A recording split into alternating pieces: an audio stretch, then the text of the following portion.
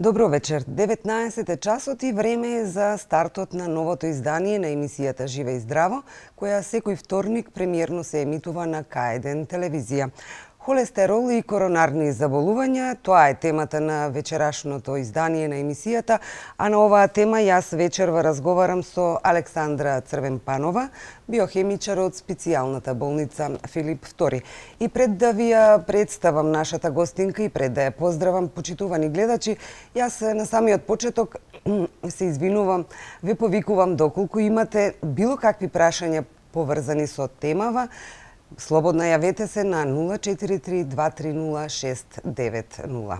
Александра, добро вечер и добре дојде во емисијата Живе и здраво. Добро вечер. Се надевам дека ќе имате пријатна вечер и добро се чувствувате во К1 телевизија. Да. Така. Рековме ќе говориме за холестеролот и коронарните заболувања, па на самиот почеток, што е холестеролот? Многу често слушаме за него, па еве вие од ваш аспект да ни елаборирате што представува истиот. Значи холестеролот заедно со високиот крвен притисок, пушењето и генетската предиспонираност представува најголем ризик фактор за коронарни заболувања, односно срцеви заболувања. Тоа представува едно соединение кое што заедно со триглицеридите ги нарекуваме така наречени липиди и се создава во самиот организам и за да опстои самата клетка во организмот, односно организмот како целина, тој е неопходен. Се создава во црниот дроб, односно во хепарот, и како таков на организмот му е неопходен не само како конститутивна материја, туку му е неопходен пред се ја дава еластичноста на крвните садови, потоа учествува во стварањето на некои хормони, во излачувањето на жолчката, значи безброј други функции има, така да самиот организам не може да се замисли без постоењето на холестерол. Меѓутоа, сета оваа полезност од холестеролот имаме само кога тој е во нормални граници. Секое зголемено количество на холестерол представува еден ризик фактор за кардиоваскуларни заболувања и затоа треба веднаш да се отстрани. Така, какво соединение е холестеролот? Значи холестеролот како соединение се ствара секогаш во самиот организмот во хепарот. Всушност нашиот хепар продуцира дневно околу 2/3 од холестеролот, што од вкупниот холестерол во организмот, а само 1/3 ја внесуваме преку исхраната. Оној холестерол што се ствара во самиот црн дроб е всушност доволен за нормално опстанување на клетката, дури не мора да го внесуваме во нашиот организам. Како таков, од кога ќе се создаде во црниот дроб, тој мора да мине низ циркулацијата, односно низ крвните садови.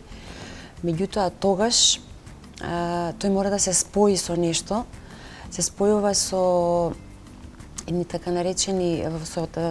наречени протеини и како резултат на тоа ствара еден комплекс од така наречени гликопротеини. Постојат два типа на вакви гликопротеини. Едните се така наречени HDL липопротеини, кои што содржат или high density или така наречен HDL холестерол, кои што содржат големо количество на холестерол, а малку протеини.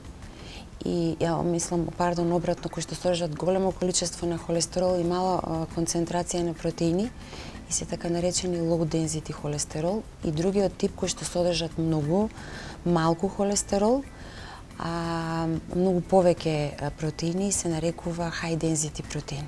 Всушност тоа е разликата од така добро познатата поделба на холестеролот на лош и на добар холестерол. Така. Зошто едниот е добар, а едниот лош? И самото име ни кажува, значи едниот LDL холестерол или low density холестерол содржи големо количество на холестерол, малку протеини. И кога тој истиот се движи низ циркулацијата, движејќи се низ циркулацијата остава големо количество на холестерол, кој што понатаму ќе видиме се лепи по самите крвни садови, и затоа се нарекува лош, затоа што предизвикува оштетување на таквите крвни садови. А додека овој high density холестерол или добар холестерол содржи многу малку холестерол и всушност тој ја дава еластичноста на крвните садови. Еден обстанокот на клетката не може да се замисли без ниту едниот и ниту другиот, меѓутоа концентрацијата и на едниот и на другиот треба да биде во нормални референтни граници за да самата клетка и организам обстојува. Така. А дали холестеролот е ризик фактор или причина за појава на артеросклероза? Значи, како што рековме на почетокот, артериосклерозата представува едно заболување за кое што најголем ризик фактор представуваат има неколку ризик фактори, од кои што најчувствителни се холестеролот, како еден од најголемите, потоа високиот крвен притисок, пушењето и генетската предиспонираност на организмот. Токму затоа, бидејќи холестеролот многу лесно, значи можеме самите да влијаеме на некој начин и да го регулираме, затоа обично во заштитата на организмот од артериосклероза и понатаму од коронарни заболувања, обично започнуваме со регулацијата на холестеролот. Така. А колку е честа артериосклерозата?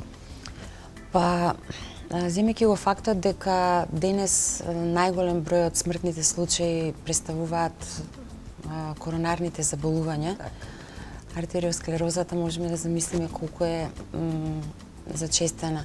Значи, артериосклерозата всушност представува едно така наречено системско заболување на самите крвни садови. Како настанува таа? Значи, вишокот на холестерол, на лошиот холестерол, кога се движи низ самите крвни садови, се лепи под зидовите на крвните садови. Значи, остава наслаки. Како резултат на тоа, самиот крвен сад му се намалува неговиот проток и лошиот холестерол остава така наречени плаки по самите крвни садови. Сите овие плаки и стеснет лумен предизвикуваат дегенеративни промени на самиот крвен сад, кои што кога веќе ќе настанат, се крајно непоправливи. Затоа, кога самата артериосклероза ги напаѓа крвните садови, односно артериите, треба да се спречи пред истата да настане, затоа што ако еден крвен сад веќе комплетно артериосклеротски ако имаме комплетна деградација на самиот крвен сад, потоа тој истиот не може никако да се поправи. Затоа, превенција, сите ризик фактори кои што предизвикуваат артериосклероза, да се намалат на почетокот пред таа да настане. Така. Но какви компликации може да настанат од артериосклерозата? Значи, како резултат на ваквите крајни дегенеративни промени на самиот крвен сад, кога е сосема намален луменот на крвниот сад, доаѓа до така наречена тромбоза или прскање на самиот крвен сад, при што доаѓа до појава на инфаркти, инсулти и така натаму. Така. А што значува зголемената доза на холестеролот во крвта? Значи, постојат едни референтни вредности за нормално ниво на холестеролот во крвта. При тоа, општо земени се, значи дека нивото на вкупниот холестерол во крвта треба да изнесува 5 милимол на литар. Меѓутоа, тука треба многу да се запази нивото на, односно соодносот на лошиот и добриот холестерол. Така да HDL холестеролот или добриот холестерол пожелно е секогаш да е над 1 милимол на литар. Така. И колку е тој поголем, толку е подобро за организмот, а додека нивото на лошиот холестерол или LDL холестеролот не треба да надминува границата од 3 милимол на литар. Ова се однесува за, да речеме, здрави особи, меѓутоа пациенти кои што имаат веќе дијагностицирано коронарни заболувања, кои што имаат некакви кардиоваскуларни операции или некои други заболувања или генетска предиспонираност за срцеви заболувања, пожелно е нивото на холестеролот да го држат на уште пониски граници. Така. Има податок, според податоци од Светската здравствена организација, 54% од жителите на Европа имаат зголемен лош холестерол и тоа подеднакво и кај мажите и кај жените. Точно ли се овие податоци или може би е застарен истиот? Значи, нивото на холестеролот кај мажите и жените се разликува до одредени граници некаде до менопаузата на жените. Значи, жените и мажите имаат подеднакво ист ризик. Се до менопаузата, жените се на некој начин заштитени од, да речеме, зголемено ниво на ЛДЛ холестерол. Затоа што естрогените хормони делуваат така да на некој начин еластичноста на крвните садови, односно нивото на ЛДЛ холестеролот го регулираат. Меѓутоа, после менопаузата и престанокот на лачењето на естрогените хормони, и жените и мажите имаат комплетно ист ризик од зголемен холестерол во организмот. Од друга страна, пак и мажите со тестостеронот од друга страна знае да го намалува нивото на ХДЛ холестеролот, па затоа значително некој процент е нивото на холестеролот, значи ризик факторот за зголемено ниво на холестеролот кај мажите е малку поголем. Така. Кога треба да го провериме нивото на холестерол во крвта? Ја споменавте менопаузата кај жените, но ми се чини дека холестеролот и кај помладата популација се појавува зголемено ниво на холестеролот. Кога треба да се провери? Кај пациенти кои што се здрави, кои што немаат фамилиарна предиспонираност од коронарни заболувања, немаат некое заболување од типот на диабетес, бубрежни заболувања, пожелно е веќе околу над 35-та година веќе барем еднаш во годината да го проверат нивото на холестеролот. Меѓутоа, ке пациенти кои што имаат фамилиарна предиспонираност, тоа треба веќе да го направат и порано, околу 30-та година.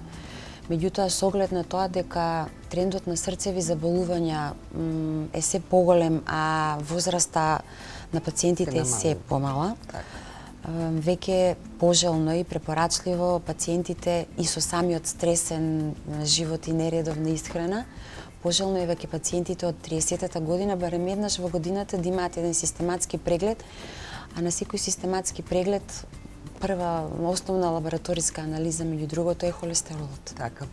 Која е дозволената граница на присуство на холестерол во крвта кај нормален човек? Кај нормален човек е пожелно да е до 5, значи околу 5. Максималната граница која што се толерира е 5,2 милимол на литар, а нивото на ХДЛ холестеролот да е 1. Секоја зголемена граница на ХДЛ холестеролот, на ЛДЛ холестеролот над 3, веќе представува еден ризик фактор за коронарно заболување. Така. А што доколку, да речеме, пациентот има, одреден пациент има 6,5, а некој друг 12. Колку е тука опасно таа граница, таа разлика помеѓу, не знам, 6 единици? Значи, граница од 6 единици холестерол, тоа е премногу. Затоа веднаш со лабораториските анализи и со зголемението ниво на холестерол, пациентот треба да се јави на кардиолог и он понатаму ќе му препорача одредени третмани за регулирање на нивото на холестеролот. Так. Значи, тоа оди во правец најпрво на препорака на правилна исхрана, физичка активност и понатаму ќе видиме внесување на одредена терапија во самиот пациент. Така, значи сите пациенти, сите луѓе кои што имаат над 5,2 подитно да се јават кај кардиолог и да направат детелен преглед. Така. Дали дебелината е знак за зголемено ниво на холестеролот во крвта? Тоа е едно од најчесто поставуваните прашања и тоа е на вид најголема заблуда кај пациентите, Так. кога мислат дека само дебелите луѓе може да имаат зголемен холестерол. Точно е дека дебелите луѓе имаат поголема веројатност да имаат холестерол, затоа што посебно она средишна андроидна дебелина околу стомахот, која што многу лесно може тие масноти можат да се разложат и да циркулираат низ организмот. Меѓутоа, грешна е помислата дека слабите луѓе не може да имаат холестерол. Како што рековме, холестеролот се ствара во самиот хепар.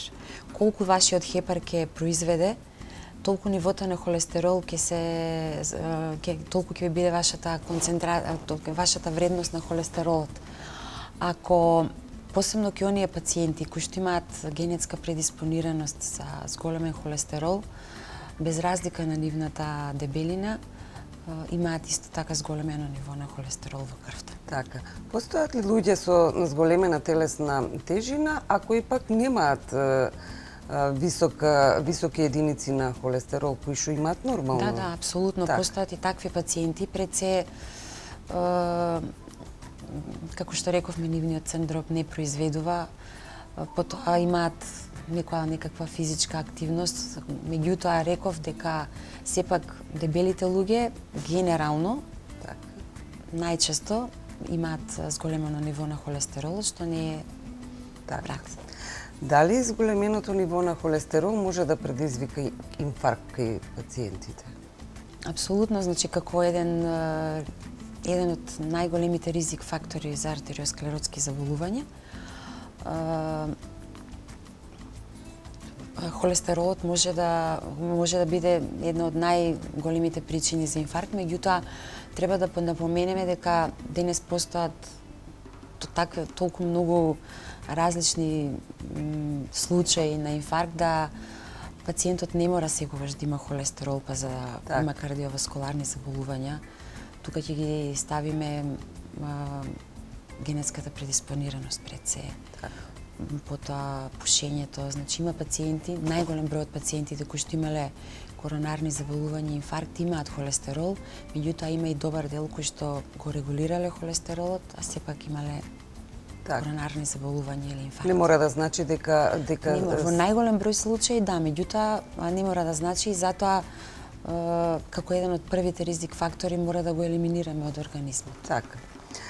Ги споменавте на самиот почеток и триглицеридите. Што значат тие? Што се тоа триглицериди? Многу често ги слушаме помеѓу нашите блиски кои што биле на лекар па направиле некакви контроли и ќе кажат дека имаат зголемено ниво на триглицериди, но еве да објасниме што се тие. Триглицеридите заедно со холестеролот се така наречени липиди. Значи тоа се дел од липидите кои што самиот организам најчесто ги внесува преку исхраната.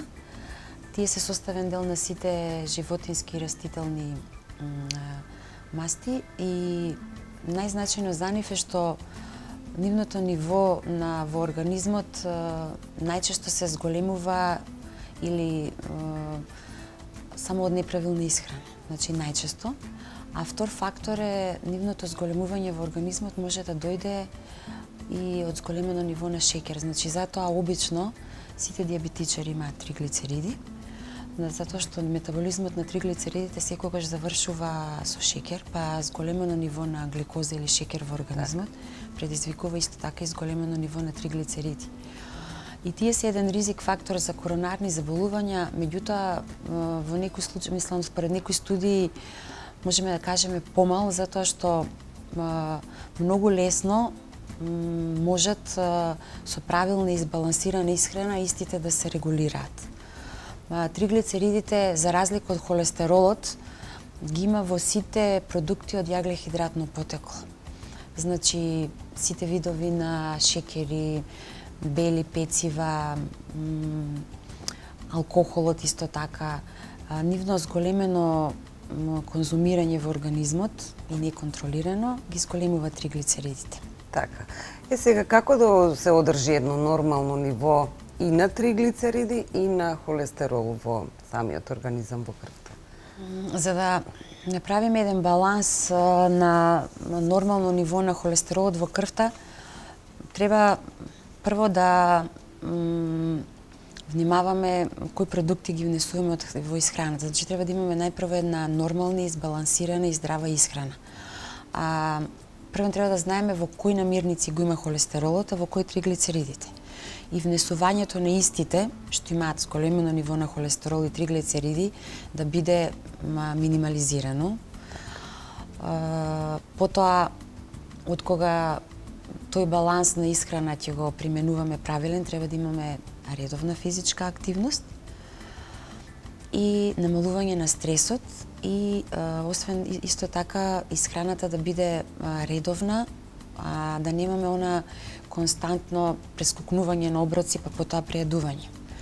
Холестеролот го има најчесто во сите видови на високомасни материи, како што се висококалоричните сирења, млека, потоа во свинското месо, го има во пржената нездрава храна, потоа во оние брзи инстант храни, пици и така натаму. А триглицеридите, како што рековме, ги има во се што е од јаглехидратно потекло. Значи белиот леб, пецивата, алкохолот, чоколадите, шеќерот и така натаму. Еве, например, да земеме дека исто така холестеролот го има многу во оние унутрашници што ги викаме, значи во црн дроб, во мозок, во јајцето го има. Поземеме, например, во 100 грама на мозок, било каков тип, имаме некаде околу 10 пати повеќе холестерол отколку во една чаша јогурт. Затоа препорачливо е за пациенти кои што имаат зголемен холестерол или пак предиспозиција од зголемен холестерол да се избегнуваат сите овие намирници, значи да се внесуваат млечните производи без некалорични, значи со мала масленост, да ги избегнуваме овие висококалоричните. Потоа дневниот внес на месото да биде сведен на минимум, значи некаде околу 100 до 150 грама, да не внесуваме огромно количество на свинско месо и негови продукти, сувомеснати продукти. Потоа пожелно е целокупниот внес исто така на јаглехидрати, на шеќери да се намали, да се редуцира колку е можно помалку. Кога ќе направиме еден ваков баланс на исхрана и кога ќе имаме една доволна физичка активност, значи препорачлива секојдневно за пациентите, зависи кој колку може, значи пациенти кои што се здрави, колку вашиот организам толерира, кои што се здрави, пожелно е да имаат физичка активност и многу поголема. Меѓутоа за пациенти кои што веќе имаат коронарни заболувања или некакви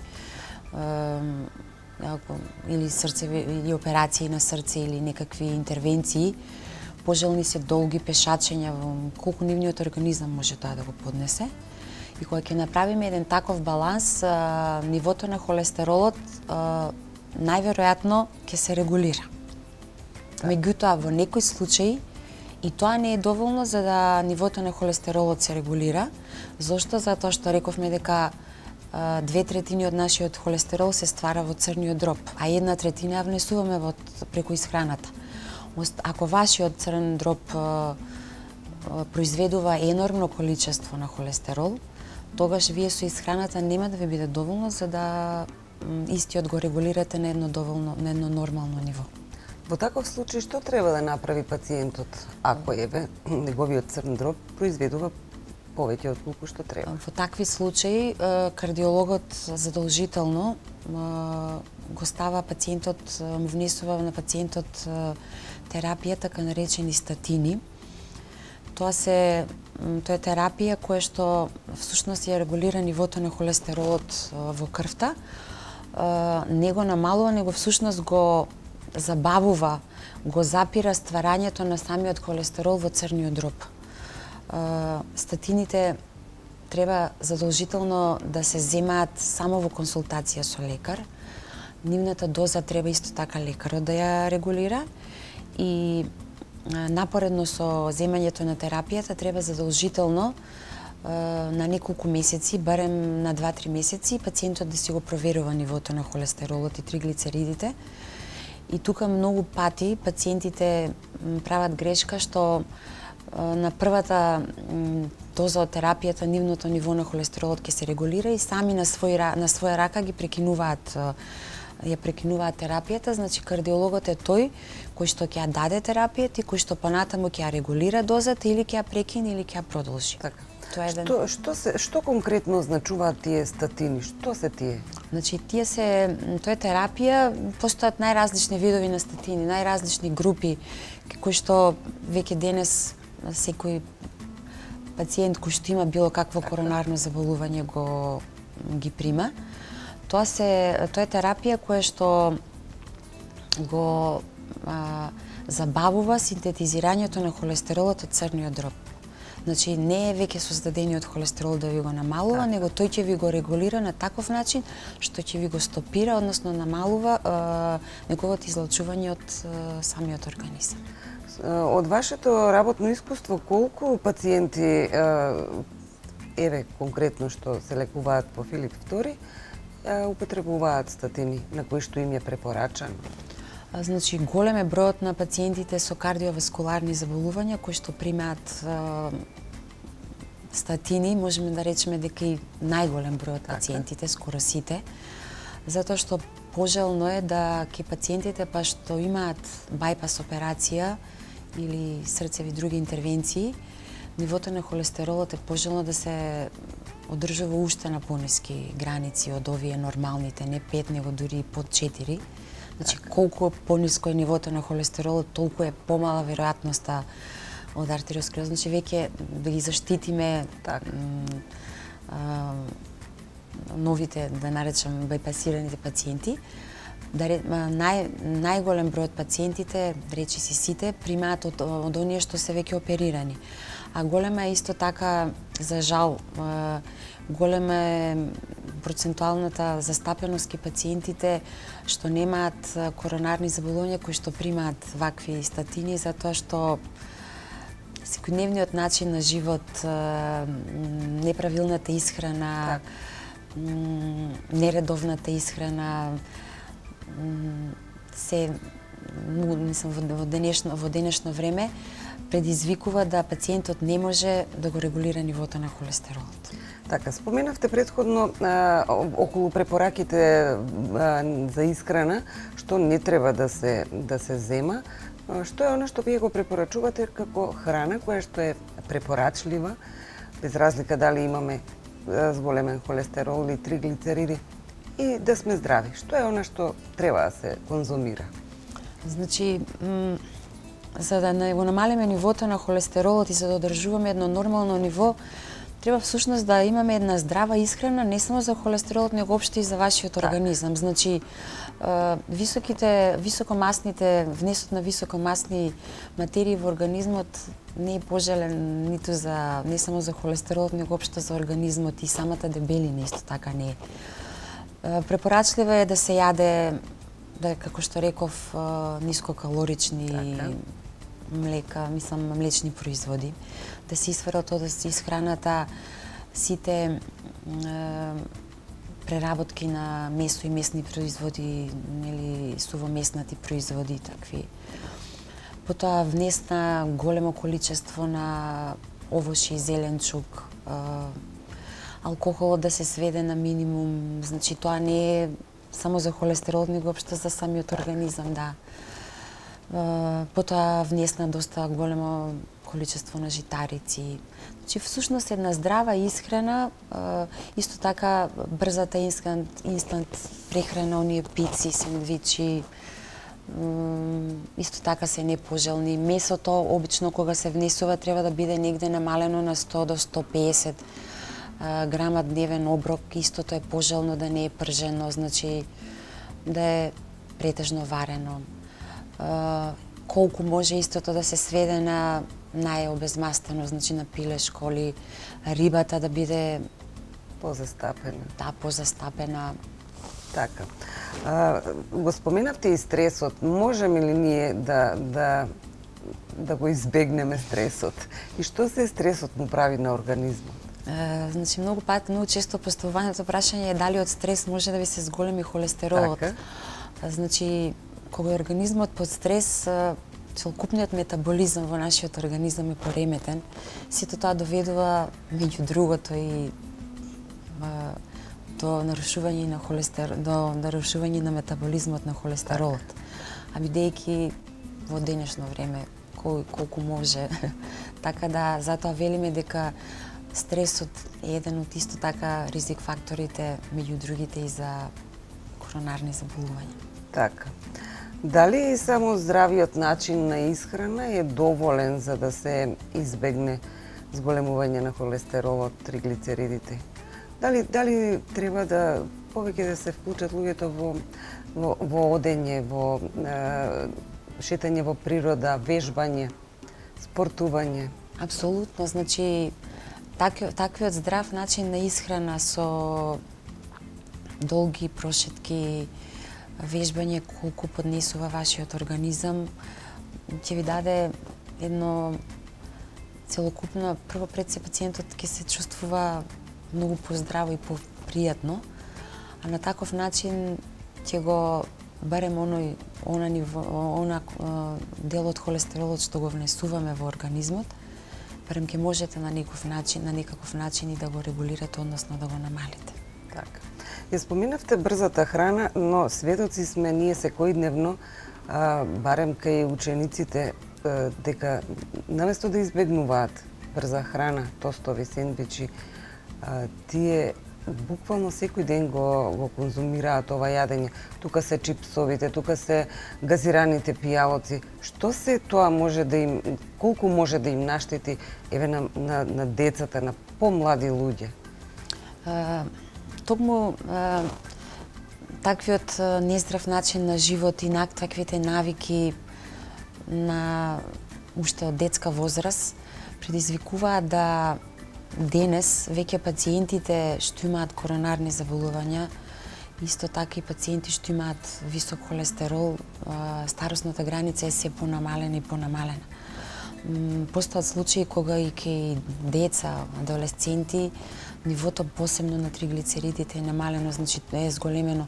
Тоа е незамисливо, затоа што кога е уште во адолесценцијата пациентите имаат нерегулиран метаболизам на холестеролот, па што ќе се случува понатаму во нивните понатамошни години.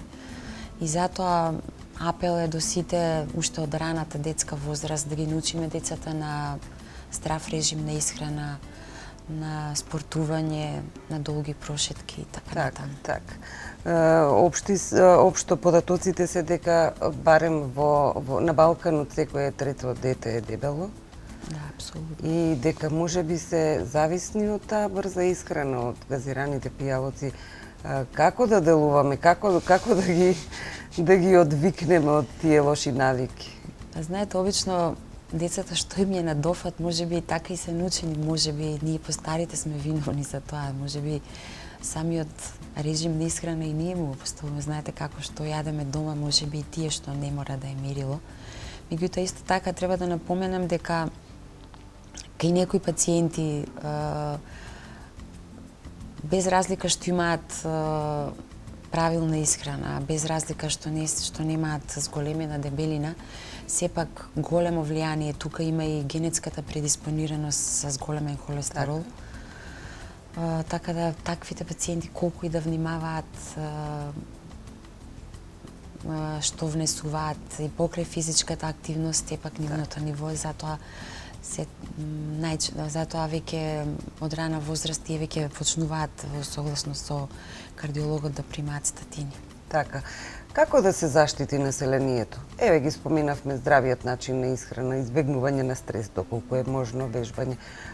Како овие пациенти кои што сега ги споменавте, кои што имаат генетски предиспозиции за добивање на овие болести, како да се заштитат? Има ли начин? Значи, ако веќе сите овие фактори, нездрава исхрана и физичка активност пациентот ги применува, мислам ако применува здрава исхрана и доволна физичка активност, тогаш они мораат да примаат статини и обично со примањето на статините кога кардиологот ќе ги регулира и ќе му го најде најправиот вид на статини што на пациентот му одговара, нивото на холестеролот задоволително се регулира. На таков начин, ако сме го исфрлиле холестеролот, мислам сме го регулирале холестеролот. Потоа ки пушачите, ако се исфрлени цигарите, ако се регулира крвниот притисок, ние најголемите ризик фактори од коронарни заболувања веќе сме ги исфрлиле. Така. Ако еден пушач реши да не пуши, што е многу тешко ми се чини, што се случува со неговиот организам? Прекинува со пушење. Што се случува? Значи, последиците што цигарите и холестеролот ги направиле врз организмот не можат така преку ноќ да поминат, затоа што рековме дека холестеролот предизвикува еден од најголемите ризик фактори што предизвикува артериосклероза. Значи, артериосклерозата кога се ствараат плаки во организмот, тие плаки не можат така да исчезнат. Затоа е превенција ние да престанеме со пушење или со да го регулираме холестеролот, се додека организмот има, да речеме, малку плаки. Значи, кога се додека артериосклерозата не е достигнала до оној степен за да крвниот сат е толку деградиран, дегенериран да дојде до појава на комплетно негово стеснување и понатаму инфаркт. Самите дегенеративни промени на артериите не можат да се поправат ако вие во моментот. Меѓутоа, во моментот престанете да пушите или го намалите холестеролот. Меѓутоа, понатамошното нивно разболување, мислам, ќе го прекинете. Така, колку време е потребно откако ќе прекине пушачот да се малку барем од малку доведе во ред? Добро, сега не постои некоја точна граница, меѓутоа сигурно неколку години крвните садови ќе го и самиот ваш организам и белите дробови се ќе го чувствуваат се уште последиците од така. Колку никотинот може да направи штета врз артериите? Значи, освен холестеролот, никотинот е најголем убиец. Меѓутоа, за разлика од генетската предиспонираност, која што ние не можеме да одлучиме за неа, барем холестеролот, триглицеридите и пушењето, можеме да влијаеме на нив за да и да ги прекинеме, за да на некој начин ги намалиме ризиците. Ако веќе генетската предиспонираност не можеме да ја промениме. И за да регулираме, за да си го контролираме шеќерот, мислам холестеролот, липидниот статус, нам не ни е потребно некои преходни закажувања, не ни е потребно ниту премногу време, значи само волја. Потребно е пациентот после неколку часовно, обично 8 часовно гладување, наутро да отиде во лабораторија, во секоја лабораторија го испитуваат нивото на холестерол. Тоа ќе биде една иницијална капсула, значи почеток на вашето регулирање на холестеролот. За кратко време ќе го добиете резултатот. И после тоа понатаму ќе си направите правци, дали е тој добар, дали е зголемен. По препораки на лекарите ќе тргнете во негово регулирање. Значи само со вие можете да влијаете врз негово регулирање, исто така и со цигарите. Вие можете да ги прекинете и да влијаете да го намалите еден од најголемите ризик фактори за коронарни заболувања. Веројатно е голема бројката на пациенти кои што имаат проблем со триглицеридите, со холестеролот. И сега кога ќе дојдеме до самото лекување, каква смисла има самото лекување од овие проблеми? Значи, ако пациентот е здрав, нема коронарно заболување, а ако веќе нивото на холестеролот е зголемено, со самото регулирање или лекување, ние ќе го спречиме, ќе спречиме артериосклерозата уште пред да настане. Значи, правиме превенција нистата. А ако веќе пациентот има коронарна болест, со регулирање на холестеролот и со негово намалување или со терапија со статини, зависики кој пациент како е тоа потребно, ние артериосклерозата ќе ја запреме на тоа ниво до каде што е, или па дури одредени плаки постои можност со новите видови на статини дури да ги не да ги уништиме, меѓутоа може да се намалат. Тука е смислата на самата редовна, на самото регулирање на холестеролот и триглицеридите, и тука е апелот за превенција на холестеролот, и затоа е пожелно пациентите редовно истиот да го проверуваат, затоа што колку порано ќе видиме дека ќе установиме дека имаме пореметено ниво на липиден статус во нашиот организам, толку порано истиот ќе го регулираме, и еден од ризик факторите ќе ги намалиме, односно ќе превенираме артериосклерозата да настане уште, да почне уште пред да настане, самата ќе ја прекинеме. Така. Дали се дисциплинирани пациентите? Па во последно време можеби малце свеста на пациентите е зголемена, инаку голем број од пациентите, посебно оние кои што кардиолозите ќе ни дадат статини, прават грешка што самите ги прекинуваат, значи сами си прават регулација на нивото. Обично статините после првата доза знаат нагло да го регулираат нивото на холестеролот после првата доза. Пациентите тука прават грешка, сами си ги прекинуваат, значи не смеат на своја рака тоа да го прават. Так. А лекарот е тој кој што ќе одлучи дали треба да ги пие, дали не. А самата исхрана и физичката активност се остава веќе на свест на самиот пациент. Александра, јас ти благодарам што беше дел од емисијата Живе и здраво. Се надевам дека вечерва барем за малку успеавме да ја покренеме свеста кај граѓаните за сопственото здравје. Уште еднаш ти благодарам што отвои време и беше гостин во Живе и здраво. Благодарам и вас на поканата и се надевам дека свеста кај пациентите барем за коронарните заболувања со малку, мислам, ќе се сколеме. Така, благодарам. Почитувани, тоа беше се за вечерашното издание на емисијата Живе и здраво. Јас ве поканувам на нова средба за 7 дена на исто време, на истава фреквенција. Се разбира со нова тема.